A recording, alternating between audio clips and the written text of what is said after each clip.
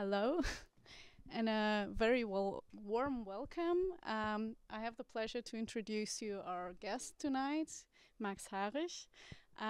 First of all, I'm Anna. Can you hear me? Yes. I'm Anna Blumenkrantz. I'm a third-year PhD student here at the Division of AI and Human Interfaces at the University of Salzburg.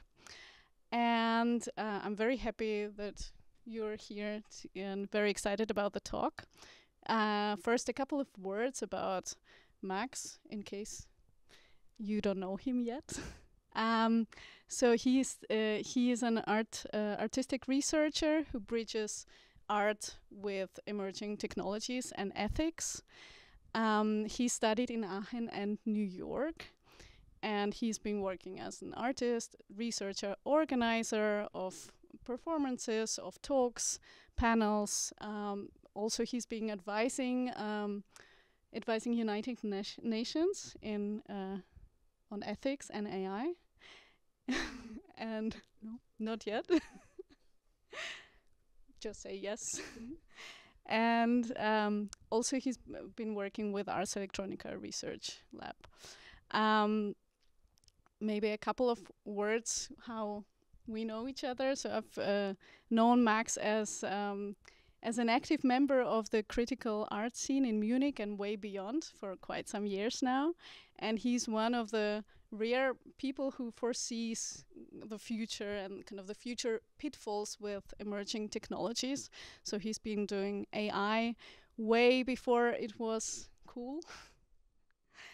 And at the same time, he has this skill, kind of ability to connect it to the lessons from the past. So kind of this future visions and what we can learn looking kind of deep down in the history. And I know Max is a sharp thinker who also has a very good portion of humor. And he founded the Munich embassy of the Republic of Ujupis, and I really hope he will tell us more about this.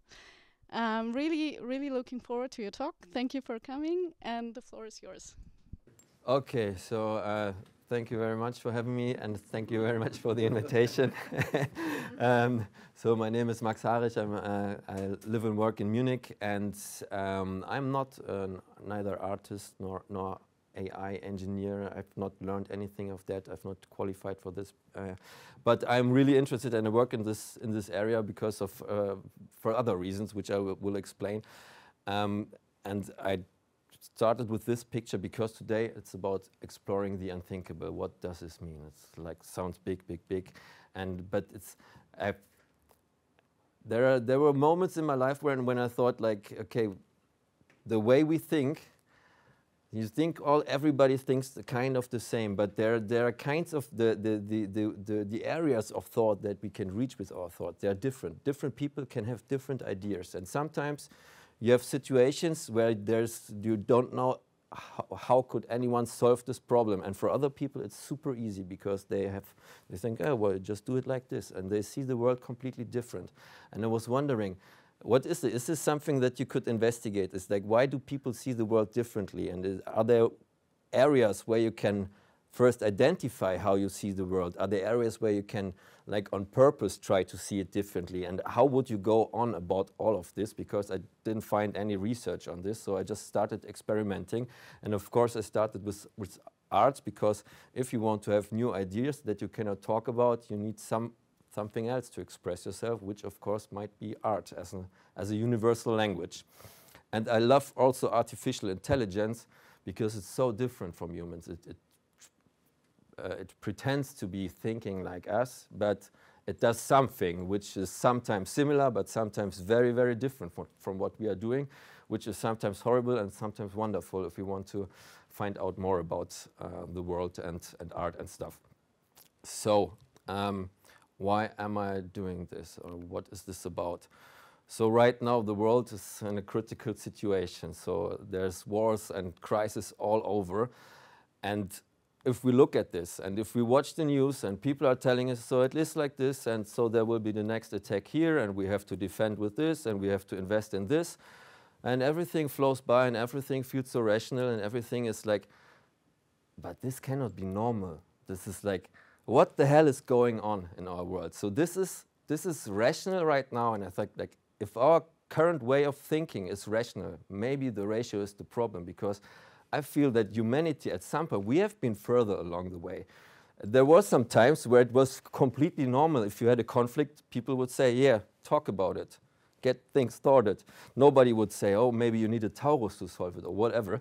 But this is an image of the Baltic Way in I think 1991 it was. So when they, during the breakdown of Soviet Union, when the Baltic states wanted to decouple from Soviet Union, they did not send tanks. They created a line of humans 600 kilometers long, the Baltic Way, and they made a sign that you could see from space that we're together, nobody will divide us, nobody can stop us, nobody can bring us down. And this was, it worked. It simply worked. Maybe it was a miracle, maybe this was just a very special situation, but I'm just curious why we're not trying something like this at the moment. And then it's like, and nobody is even talking about things like this. And this is what, maybe I'm just in the wrong filter bubble, which is also something interesting. And yeah, let's start with my filter bubble. So Ujupis. Who has heard of Ujupis before? The Republic of Ujupis. So that's more than in most talks I give. Ujupis, it's an area in Vilnius, the capital of Lithuania in the Baltics. And after the breakdown of Soviet Union, it was completely abandoned, run down, dominated by poverty and violence. The main street, you had courtyards on the side, and the main street was called the Street of Death, and not for fun. People at night, people would pull you into this courtyard, and you give them money or your life, or whatever. So, and everybody was suffering from this situation. Nobody knew how to deal with it. The police was there, but they could not put the policeman under every lantern and into every courtyard. Also, the laws were there. I mean, of course, it was not allowed to kill people. The laws were there, the police were there, but still, the killing went on. So, what could you do when all the rational measures we have didn't work? One day, this guy woke up. It says, like, I'm neither a policeman nor do I have better laws. But for some reason, I think we could just see the world differently and pretend it's a cool place. It's not the worst place in the world. We could just pretend that people have the possibility, the chance to be nice to each other, and we just start from tomorrow. We just neglect the reality as it is and create our own. And then they started. They put up a huge flag and said, from now on, our area, which we call Ujupis, is now the Republic of Ujupis, with our own rules. And we'll just do something stupid to bring people together, dress up. We will carry around a huge mousetrap. For what? Why? I don't know. But somehow, we all feel a little bit trapped. So let's carry a big mousetrap and burn it. And then we will feel all a little bit better. And they put up a constitution. I brought a lot of copies, which is, I think, to me, it's the most beautiful constitution in the world, because it's funny, there's humor inside, there's so much love inside, and plus it's paradox. You cannot follow this constitution. It's impossible to follow all the rules, which forces you to think about the rules. In Germany, we have very, very strict rules, very clear rules, which allows us to go 250, 300 kilometers on the Autobahn. And we don't care who's left or right, because as long as we're sticking to the rules and do the right thing, nothing will happen. That's what we think. But still, horrible crashes happen. And if you take away the certainty, other things might happen. Other people might start to realize, hey, we have rules here, but actually we just need one rule. It's like, be nice to each other, create a nice community, learn how to be together. This is why we're here, and this is the only rule we would need. And they started doing all this stuff, and at some point, eventually on the Street of Death, just random people started dancing with each other. Just a little symbol that, okay, they might have achieved something very beautiful. I'm only showing the pictures from 30 years ago.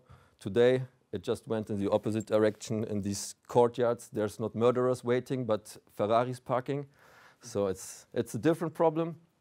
But the question is, for me, when I look into the Constitution and I just see the way these people think, I was like, this is so far away. This is absolutely inaccessible for me. I would have never been able to think this way and come up with solutions like this. And they did it. And I was like, okay, are there more ways of thinking that we could just, that are there out there to solve all our problems, or we just apply them to the wrong place and just don't know how to do this? Or is this kind of thinking, can you transfer this?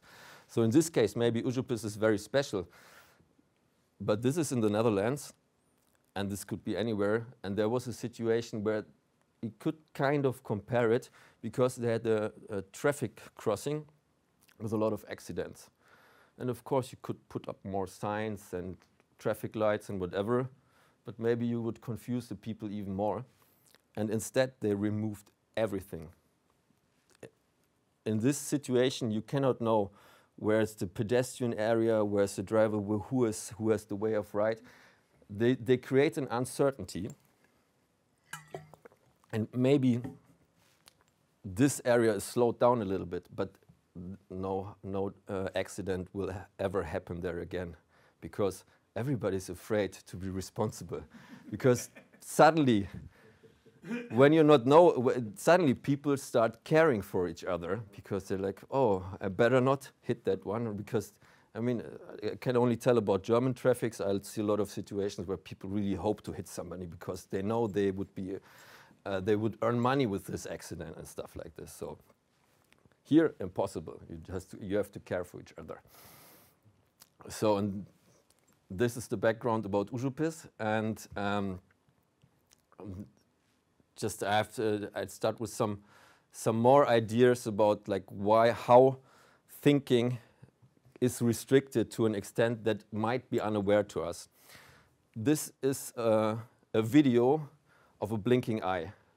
Blinking eye takes about 30 milliseconds, but this video is stretched to 1 hour.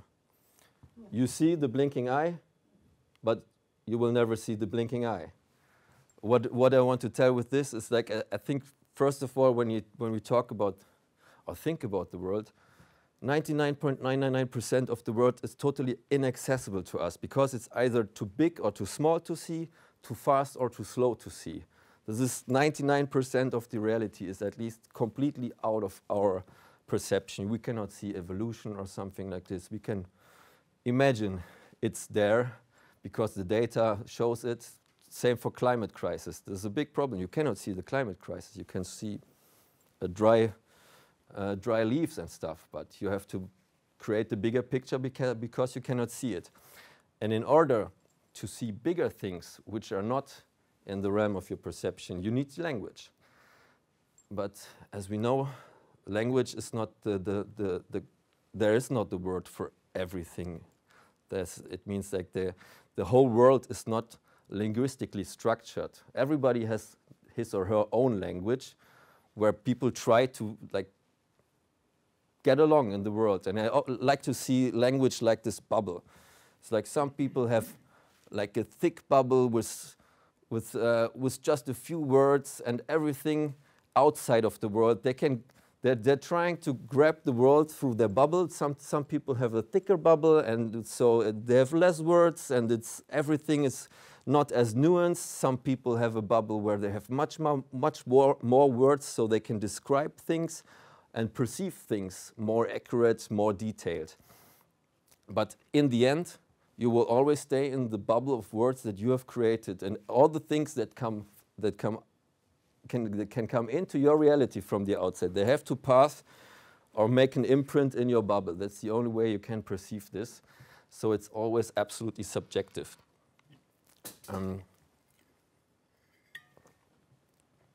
Then we have this like social or cultural layer, where there are just ideas or things where you know, this is like, when I think about whatever problems, world crisis, there are ideas that I can talk about and ideas I should not talk about or should not even think about. Anyone can imagine some examples from the last years, but there had been situations where, you know, okay, it's like do you know this Takeshi Castle show from back in the 19th, where people just were trying to find out how they could escape the castle, and which doors would work and which would not.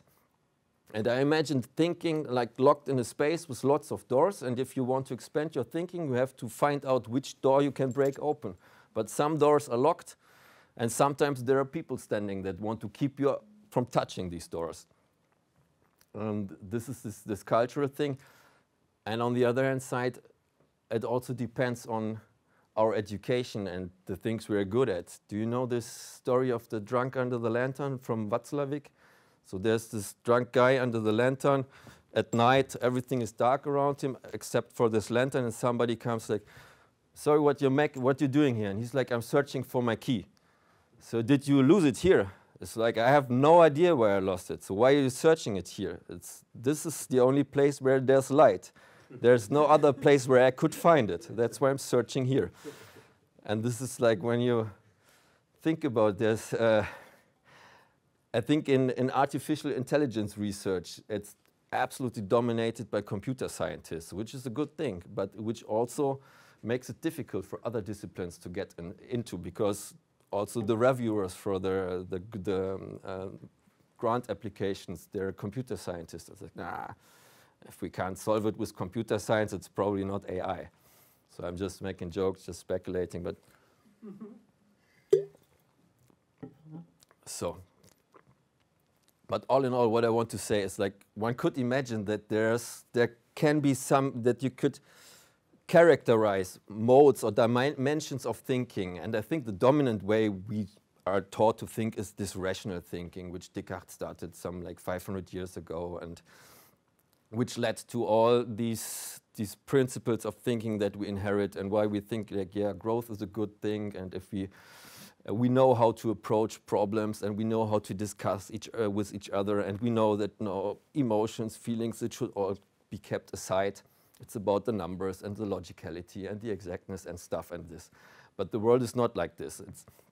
But definitely one could imagine if we would describe this way of thinking, and whatever words we would use, like consistency, logicality, we could give it a place in some continuum. And if we could give it a place, we could imagine different places. We could, for example, think about like, what is the complete opposite of rational thinking? I always say it's, of course, the Oedipus paradox thinking. This is the way to solve everything, because there is no rational proof that rational thinking is good or the best thinking. It's like you cannot solve it to prove this from within. Yeah. And I think artificial intelligence might be able to help us to at least a little bit explore these other areas which are inaccessible to us, because how we learn to be. It's like, oh, okay, I'm going to quickly go over this example. Anyone ever heard about Clever Hans? So Clever Hans was a beautiful horse that lived around 100 years ago in Berlin and was interested in numbers, was very talented.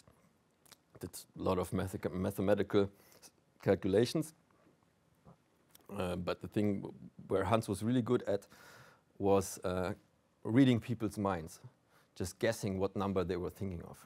People would step in front of Hans, so they would do it on big fairs. People would step in front, and Hans would wonder what's their number, and people would say like, well, I'm thinking of the number 84, but you will never guess this. And then Hans would look deep into their eyes and say, yeah, 84, that's what you were thinking of. And this worked with an accuracy of about 80%. So how did this horse do this? The first explanation back then was horses have bigger ears than humans. So probably thoughts are audible. Our ears are too small, but when they pass our small ears, the big ears, and so on. This was the state-of-the-art explanation, because this was just like psychology has just been invented a few years ago. Freud had just started publishing. So this was the official explanation, which they put into a book.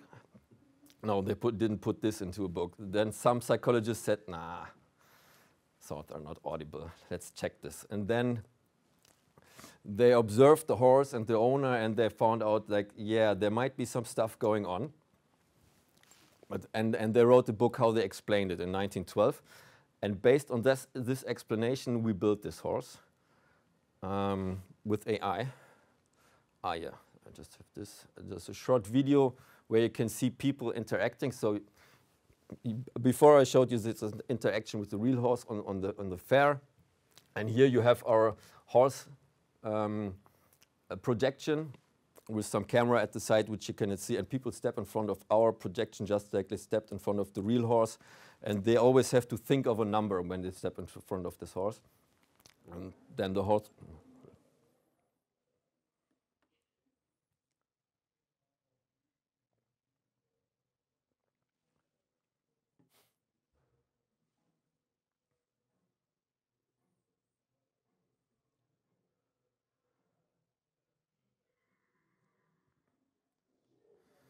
So she said, yeah, that's right. Of course, I showed you the video where it worked.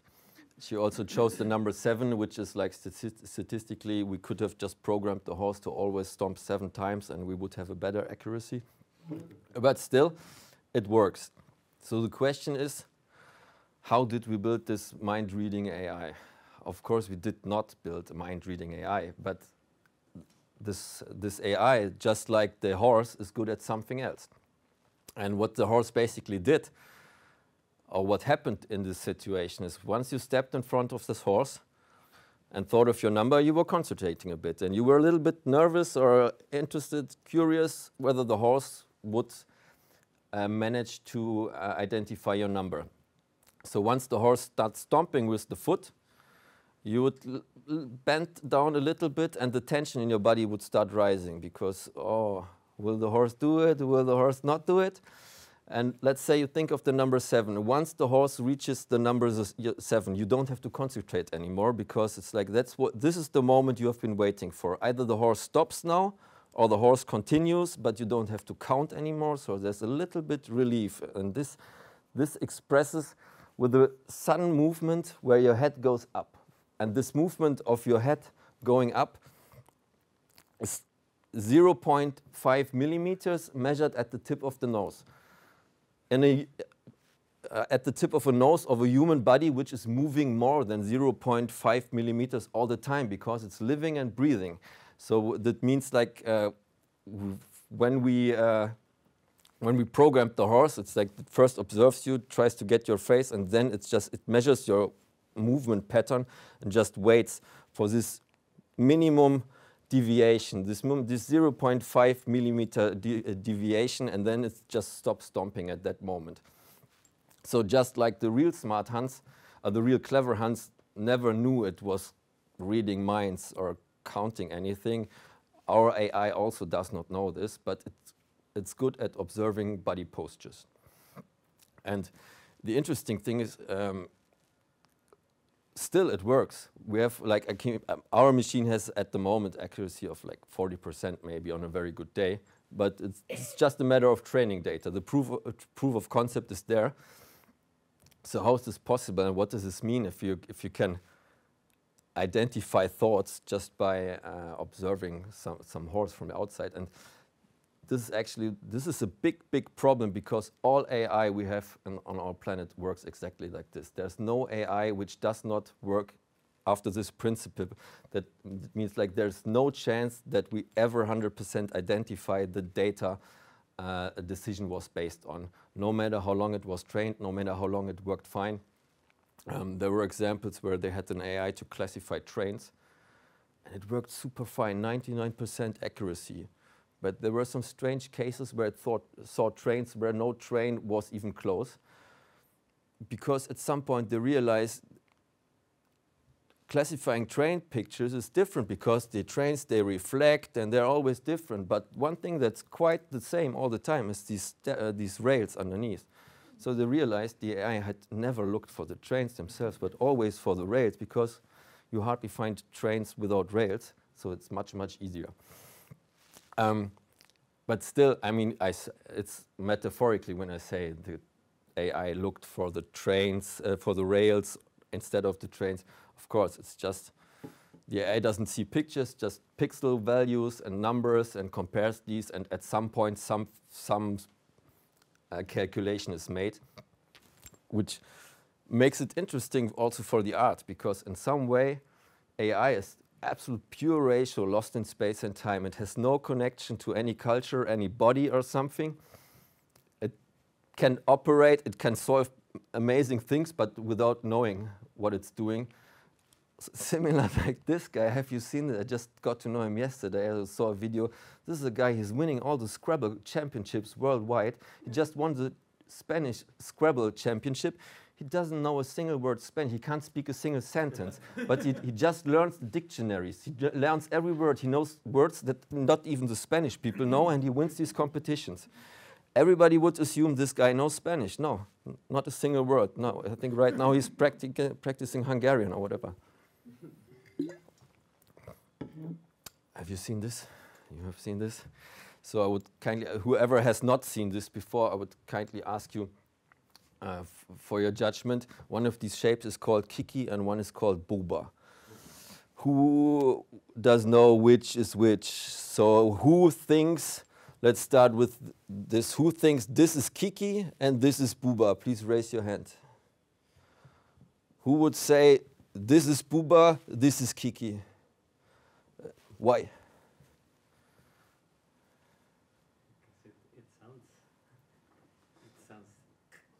Sounds I like the way you explained this. But you could also look at the letters, and that's another dimension. Yeah. Funny thing is, this also works in languages like, I think it was, for example, I think in Georgian language, you have everything is round, nothing is spiky, or in Sanskrit. And so this also, you're right, I was thinking the same, but it also works with different languages. As long as you are human and speak a human language, you will answer the same. There's no theory in the whole world to explain this. But it has something to do with symbol grounding. This is, I have to, you know, realize I have to make it short, but symbol grounding, this is one of the most interesting terms when it comes to artificial intelligence, because the artificial intelligence always manipulates symbols and uses symbols to think about the world. But the symbols don't mean anything to AI. But to us, symbols mean something. We hear the word Kiki and say, that's there. I feel what it is. And AI can't do this. But also humans are not aware like to how big an extent this is a thing. For example, there was a guy, he worked as a sharpshooter. And they made an interview with him asking him, please tell us about your job. And he talked about the job, and the scientist observed that the finger was moving a little bit whenever he was talking about the job. So they just tied the finger to the tape, to the desk, and said, "Okay, let's do this interview again. We're going to ask the very same questions." And once the finger he could not move the finger anymore, he took longer to answer, as if he needed the finger, the body, to find the answer, because I think in general, there's what often gets dismissed if there's these fundamental differences between artificial intelligences, which are just mathematics, just formulas, and human intelligence or biological intelligence, which is living neurons. Like this is happening in all our brains right now, neurons trying to make connections. And while AI is just trying to solve an equation, we are trying to survive somehow. And this is a big, big difference if you're solving equations all day or trying to stay alive. So now, try. And now let's get to the really weird stuff. This is a zebrafish. And this is a video of a zebrafish. What's missing is sometimes you see some little food swimming out around the brain, and these flashes that you see is always reactions from the brain to the food. Here's the eye, here's the eyes, here's the brain. Food is swimming outside, and you see the really flashes making connections from between the outside and the inside. And this is actually the same. What I propose is this is actually the same principle like you have in nature. Whenever you see a lightning flash, you always see the lightning coming from the sky. You hardly ever see the lightning coming from the ground. But it's never just the outside world hitting the earth, but it's just a connection being made in order to exchange some electric charges or whatever. And this is and I think, and this is not my invention, and you can already find this in Sigmund Freud's works about this electricity, which could be a basic principle of understanding. Because once you say, hey, actually maybe the way when we perceive something, maybe it's just automatic exchange of charges. What could this be? And we have theories, for example, Antonio Damasio's theory of the somatic marker. He says, well, our body has needs and we are always carry these charges around. And these define how we see the world. Let's give an example. If the stimulus is a cute puppy dog and we feel zero hunger, and we might come to the interpretation, oh, look, that's a cute dog. We could maybe cuddle it. If we feel a little bit hunger, we could say, hey, maybe we're going to send the dog and catch some food for us because we're getting hungry. This is how we interpret the idea of the dog. But if we are really, really, really, really hungry, we might even see the dog as food. So this is not a matter of how the dog looks, maybe 50%, but it's also just a matter of the interpretation of what you see in front of you. Also depends on yourself and what's inside of you and what is missing or what's too much or something. And this is something, this principle, you could apply this to everything in reality. When you see a dog or an apple, it's easy to make these connections. On the other hand side, when you think about which job should I choose next or whatever, the connection is more difficult. That's why modern day questions take so long to answer. Okay, now getting to the few last slides. And the question is, if we had this universal kind of way that any living being might interpret the world, is it possible that we could access the thinking? Is it possible that we could match our thinking to this? And what we need in the end is like, everybody has probably seen these maps in the forest that tell you, okay, the forest looks like this and there's some ways you can walk, but this map is useless without somebody telling you, you are here. If you don't find this point, you can throw away the map. And humans, like if we interpret reality, humans have their body. They always have their I am here point. Artificial intelligence is everywhere and nowhere.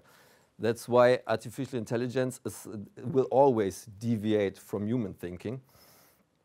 But if we made up a map where we try to not to organize knowledge like alphabetically or in all these semantic associations in where, like how it is organized in foundational models, but if you try to create a map from like what does it mean to a body that tries to sustain, we could someday come to get the idea like maybe it's this reaction and this reaction is the same. Maybe there's the same meaning involved. We just have a rough idea that it's something connected to food and happiness, but we can compare it, and as long as we can compare it and we just gather more data, we can get more precise.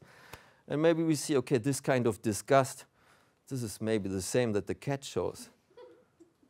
And maybe even the plant is doing something like this. I mean, that's everything you see here works with electricity, so it could be the same.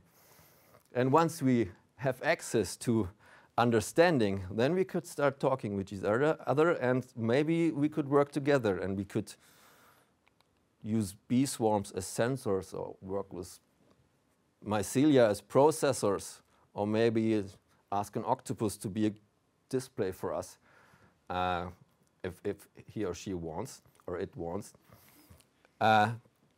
So this is where I want to stop. That this is like, so far we know a lot about like ratio about rational thinking and the growth mindset and how we can get into conflicts. But I think the next decade or not next century or next breakthrough, this will be about biological thinking and a way that we just learn how to stay in harmony using hardware and software all around us. Thank you very much for your attention.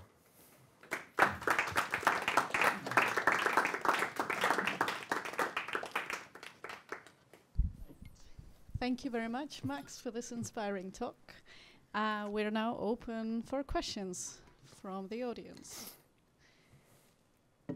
Yes.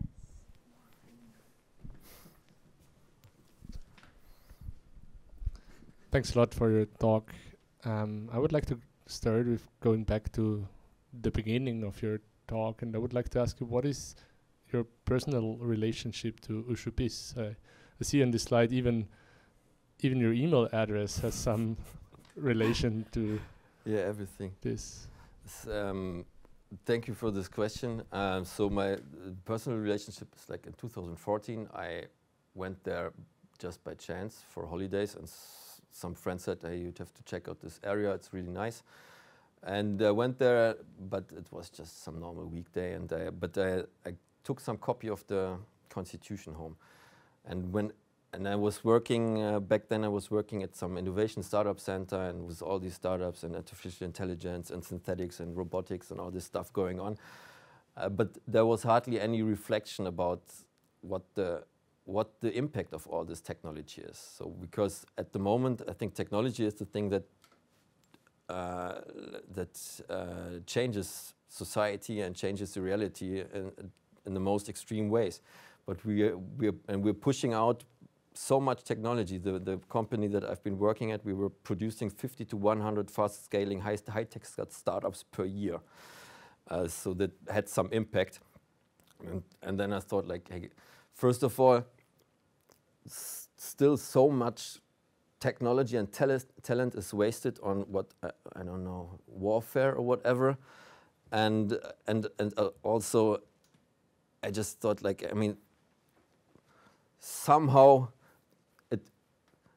it cannot be normal the way we see this, and there must be other ways to see this. And whenever I looked at the Constitution of Ushupis, I was like, oh my God, this is the way you should see the world. This is really nice. And at that point, I just somehow understood or decided I want to work for Ushupis, just for this as one example of an art group, and I want to try and check out if there are ways to bring their kind of thinking, transfer it to other ways. And that's why I'm just doing experiments and creating installations, doing lots of events where I just bring in AI people, lots of Ushupis spirit, lots of cherry brandy, lots of funny stuff, just to see whether one could influence the other. And this is what I've been doing since 9 years now. And it's like, yeah, I quit my job back then because I said I want to do this full time, and of course, was financially not the best decision, but still, I would always do it again, and that's roughly my background with Ushupis. I actually had a follow-up question on that. I was wondering this kind of ways of kind of different alternative thinking or different modes of being. How kind of what was the weirdest situation you've encountered? Thinking of Bavarian government and kind of structures from the city or the region. Were there any weird situations that you had to navigate with your Ushupis activities? Well, to my surprise, I mean, of course, I'm not Bavarian. I was not born in Bavaria, so I had also some stereotypes about Bavaria. But whenever I love to make events where we just occupy a room and say, okay, from now on, this is the territory of the Republic of Ushupis. You can do here whatever you want. And actually, I was surprised that everybody loves to take the freedom. It's like nobody is like, oh no, what kind of anarchy is this? We're going to send the police in here. No, not at all. We had, I won't mention names, but we had so many drunk representatives from the city there. Like there was one event where there were 50 rooms given to artists, and the organizer smoking was strictly forbidden. And then the organizer came into our room, and he was like, what were you doing here again? Ushupis. Yeah, this is Ushupis territory. Of course, this is a joke. He was like, okay, so this is not German territory anymore. We said, no, German laws don't apply. You can smoke if you like. So I gave the organizer permission to smoke in his own building, and he started smoking just because he was so happy to have some freedom or whatever. I know, but it's like, so far I only had the best experiences with Bavarian people, maybe because they miss freedom sometimes a bit more than others. I don't know. But this is just my outside speculation. Any other questions from the audience?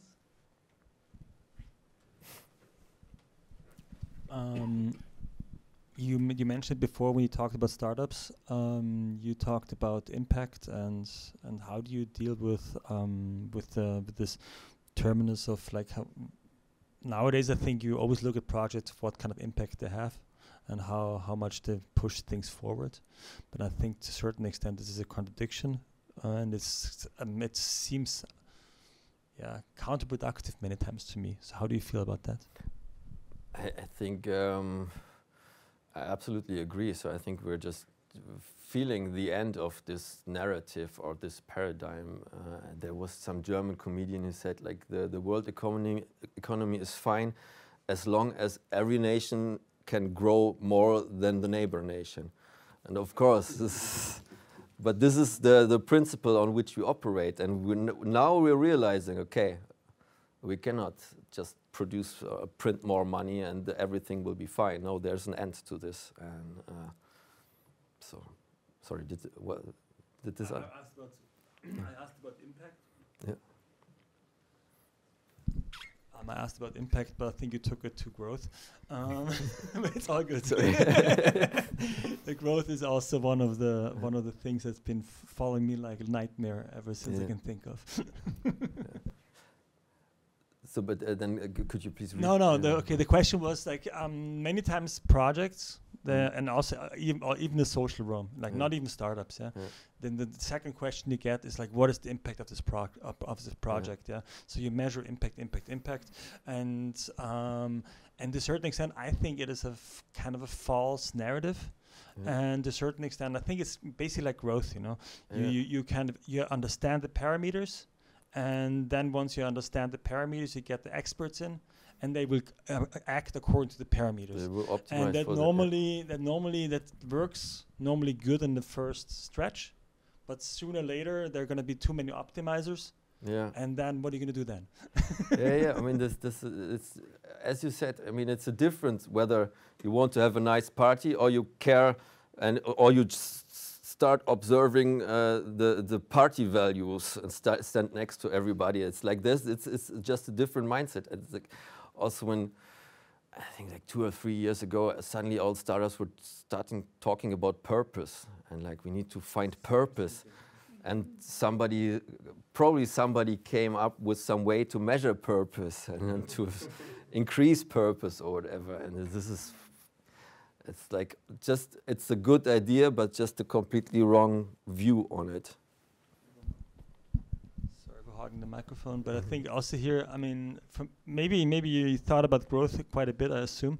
I have a real problem with growth, which comes to this fact that I cannot imagine a system which does not rely on growth.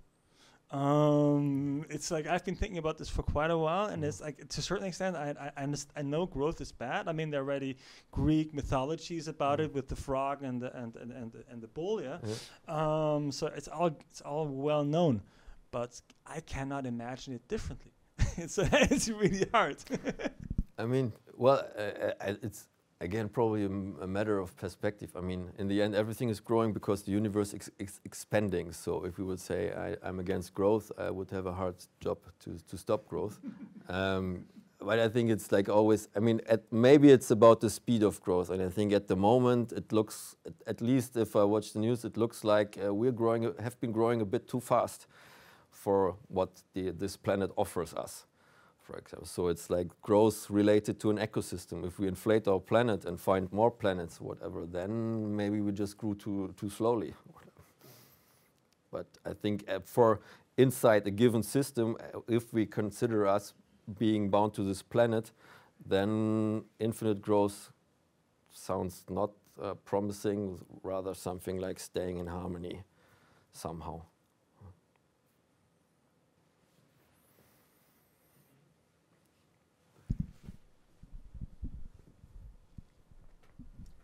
Hi.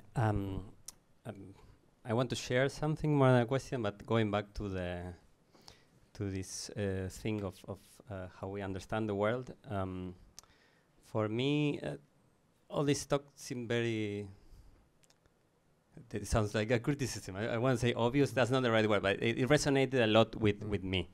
And I know maybe it's not like that with everyone, but like I never fit so well in school or rules or grammar. Now I'm living here by chance because of lab, and trying to learn German as an adult, like a language is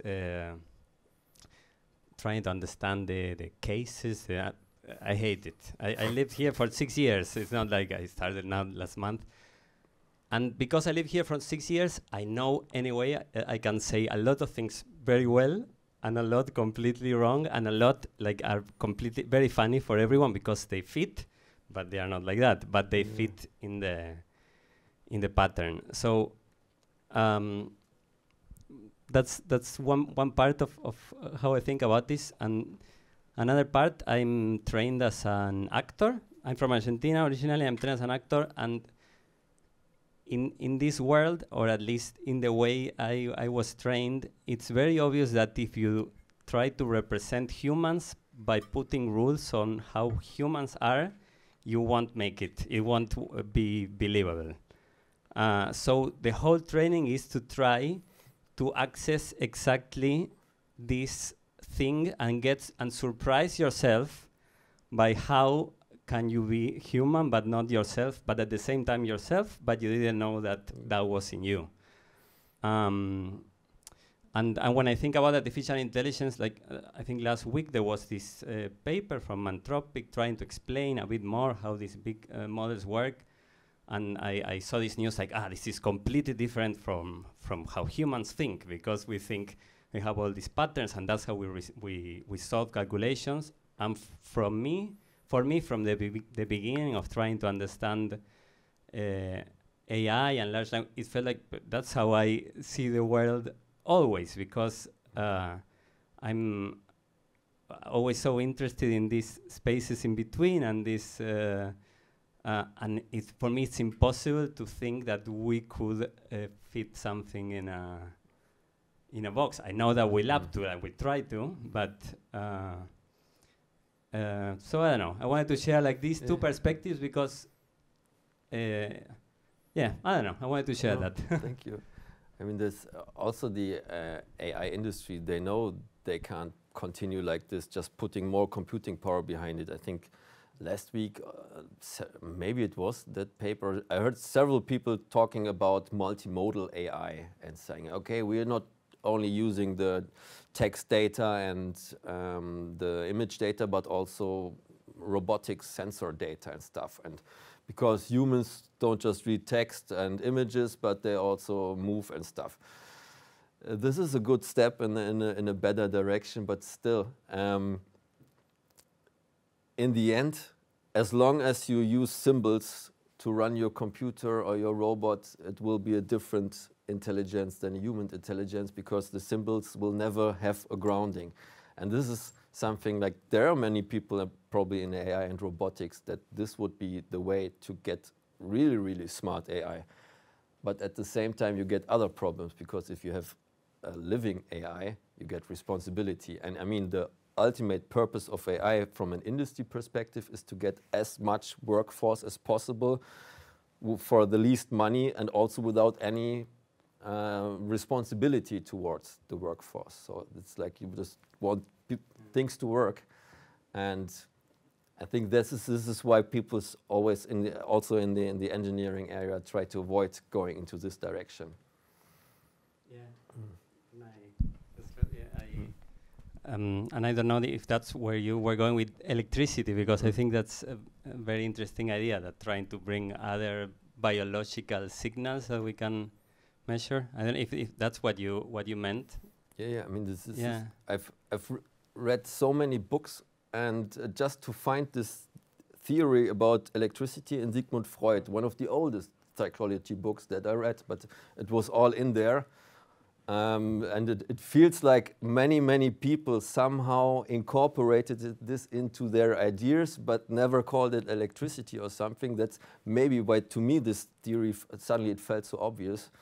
But well, in the end, still at the moment, there are not many researchers working on AI with this, because then you're so close to Frankenstein stuff. And yeah, maybe it will be very unproductive. It stops doing everything. yeah, maybe. I mean, this is our ultimate goal. Yeah. But Thank you very much for this talk. It was too short. I could enjoy really way longer. And I have a question, because I really like this idea about space, that it's a bit independent from the common rules, let's say, and enforces some sort of responsibility.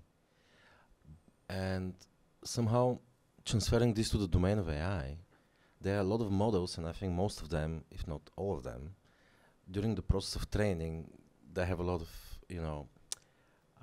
taking care of biases or some kind of defenses for certain things. yeah. So basically we're working with some sort of a crippled version of those models, because we don't really access the full potential, I think, because of certain filters for security or whatnot, which I think could be debatable by itself. From our perspective, of course, how this is used can be for something bad, but also maybe it can, venture into this other minus point that you said, different way to look about the things. What do you think about that? Sorry. So the question is, if we apply the same concept over the AI, not to limit it, because currently it's been limited because of security, safety, and so on. Yeah. Why we're not doing that? I mean, I think there's different areas. For example, when you have all the open source, all the AI that is publicly accessible, when you put some AI image generator on your website, this is always secured to make sure that your company cannot be sued if somebody uses your website to create some illegal stuff. But I know that there are still many models that you can quite freely use. The question is, like, I'm not sure about the input side. I know that at least in the beginning there were data sets where people were afraid that there was illegal porn stuff or whatever in there. I think to make the question short, if we want to copy humans, we need to get all the data. And there were reports, everybody was like, hey, why is DeepSeek suddenly the Chinese competitor to ChatGPT? How can they do the same quality that for which we needed several billions? How can they do this with 6 millions? And so this, I mean, 1 month ago, this whole lie about you need more compute and more data, this just crumbled because of DeepSeek. And I didn't figure out why. Maybe somebody here knows it. Some theory in the beginning was they just have better data. They just don't throw in all the stuff, but they also have data which you usually don't get your hands on. For example, all these data sets, most of them, they're built with internet crawlers that they just grab everything from every web page. What would you put on a web page? Your final result. How do you learn? How do you understand how humans think when you see the steps of thinking, the versions that were before the final results? And there are people that said, we're only collecting human output where we have a history of how it was generated, because from this we can a little bit better understand how humans think. So 100%, I think, if we want to go to exploit the maximum of the current approach, we need to get the maximum of data, which still, well, and we still get better behavior out of this, but at some point it's like, it might get so good that we have this metrics question, like, if the metrics is nice, why didn't you stay in there? It's like, yeah. So maybe 1 or 2 last questions, and then we can continue over drinks. Last year we had a visitor at Schmiede who was working on zombie databases, and she pointed out that you can never get a better model than the quality of the data you put in, and that the data is really the baseline for anything you do. And which is really confusing, because if you groom the data properly before, it gets really expensive. And one of the problems with many of AI systems is actually that they use old databases. That's why you call it zombie databases. Like they use accessible, cheap databases, free databases, which are maybe outdated. But to what extent, if you really groom the data before you give it to the machine, like that really confuses me, this problem. Because it's, to a certain extent, you have to pre-think the data, but at the same time, you kind of, then you really eliminate a lot of possibilities, don't you? Yeah, I mean, in the end, is this question, what is the core principle of learning? And I mean, when you train an AI, you want to imitate human learning, and then you think, okay, maybe I would understand better if I would present it in this or that way. And then you make speculations about what is my principle, because it's like if you want to learn something, I don't know, it's like if you want to train an AI on driving a car, you give instructions for driving a car. If you wanted to wash the dishes, you give instructions for that. But if you wanted to be able to learn both by itself, what would you provide to the AI in that case? And this is the difficult question. It's like, and we don't have this situation at the moment. We don't have robots that wash the dishes and drive the car.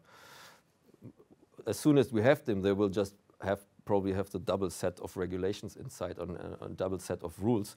But this is where the point where you actually would want to go for some bigger principles of, like, maybe it's just better to train the AI to avoid the owner getting angry, and the AI knows how to avoid this by washing the dishes and driving the car properly, or whatever. It's just a speculation, but it's like you need to create rules and find rules which cover all the use cases, and this is what AI is absolutely not capable of at the moment. So it's very good at solving one calculation.